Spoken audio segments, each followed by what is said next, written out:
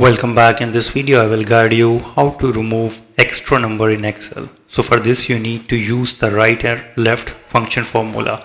So if the extra numbers are always at the start or the end, the length of what you want to keep is consistent. Use these formulas. For this you need to put the equal sign, type right, open the bracket, select the formulas, comma, space, and type LEN, length, and open the bracket and select the cell, close the bracket, space bar, minus, and put the number of digits you want to remove. For example, in this case we have 5 numbers from the left side, so put the 5 and close the bracket, hit enter, and here you can see that.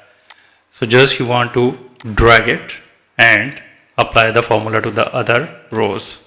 If you want to remove numbers from the right, then you have to use the left formula. Put the equal sign, type left, open the bracket, select the cell's reference, comma, space, type LEN, open the bracket, select the cell reference, close the bracket, space bar, and minus how many characters you want to remove from the right side. In this case we have 2, type 2, close the bracket, hit enter, and here it is.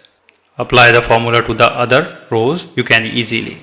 Moreover, if you have a specific extra number like a stray, 0, or a specific code that appears in your text, you can swap it out for nothing. For this you need to use the formula, put the equal sign, type substitute, and open the bracket, select the cell's reference, comma, space bar, double quote, and the numbers we want to remove in that cells. So for this you need to type, for example, 2026 and minus, double quote, comma, space, double quote, and close the bracket, hit enter, and here you can see that 2026 have been removed from this, and drag it to apply the formula to the other rows. So this way you can easily remove extra number in Excel. If you think this video is helpful, please support my channel. Thanks for watching.